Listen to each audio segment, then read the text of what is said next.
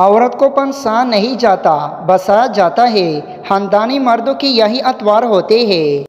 ایک بری عورت بے شمار مردوں کو گمراہ کر سکتی ہے، لیکن بے شمار مرد ایک نیک عورت کو گمراہ نہیں کر سکتے۔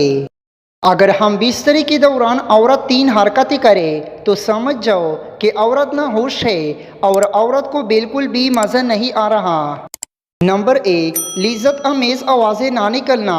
اگر ہم بستری کے دوران عورت مرد کے نفس کو اندر لیتے وقت لذت امیز آوازیں نہ نکلتی ہو تو سمجھ جانا کہ عورت نہ ہوش ہے۔ جب عورت کو ہم بستری کے دوران مرد سے لذت اور سکون ملتا ہے تو عورت بہت خوش ہوتی ہے، اس کی جنسی اور جسمانی خواہشات پوری ہوتی ہے، اور اسی طرح عورت ہم بستری کے دوران اپنی خواہشات کا اظہار کرتے ہوئے لذت امیز آوازیں نکلتی ہے۔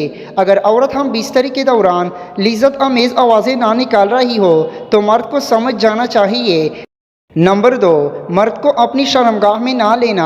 اگر ہم بستری کے دوران عورت مرد کے نفس کو اپنی شرمگاہ میں لیتے ہوئے زور سے اپنی شرمگاہ کے اندر نہیں کھینچی تو اس کا واضح مطلب ہوتا ہے کہ عورت مرد سے ناخوش ہے، کیونکہ جب مرد عورت سے ہم بستری کرتا ہے اور ہم بستری کرتے وقت عورت کی خواہشات پوری کرتا ہے تو اس سے عورت کی شرمگاہ میں بھی شہوت کی آگ لگ جاتی ہے، اور عورت مرد کے نفس کو اپنے اندر اور لینے کے بعد مرد کے نفس کو زور سے اپنے اندر اپنی شرمگاہ میں پکڑ لیتی ہے، اور مرد کے نفس کو تب تک نہیں چھوڑتی جب تک عورت فارغ نہیں ہوتی اور پوری مطمئن نہیں ہو جاتی۔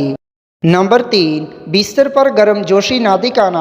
اگر ہم بستری کے دوران عورت مرد کے ساتھ بستر پر گرم جوشی نہ دکھائے تو سمجھ جانا کہ عورت ناخوش ہے، اور عورت کی ناخوشی کی صرف ایک ہی وجہ ہوتی ہے، اور وہ ہے مرد کی مردانہ کمزوری۔ اگر مرد جنسی اور جسمانی طور پر کمزور ہوتا ہے، اس کا نفس سائز میں چھوٹا ہوتا ہے۔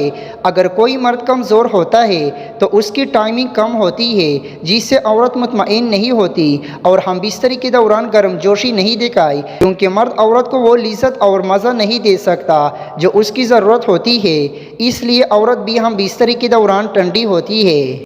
بیوی موم کی طرح نرم فطرت والی ہوتی ہے، جس سانچے میں ڈالنا چاہو ڈال جائے گی، بشرط یہ کہ شوہر نرمی کا برتاؤ کرے۔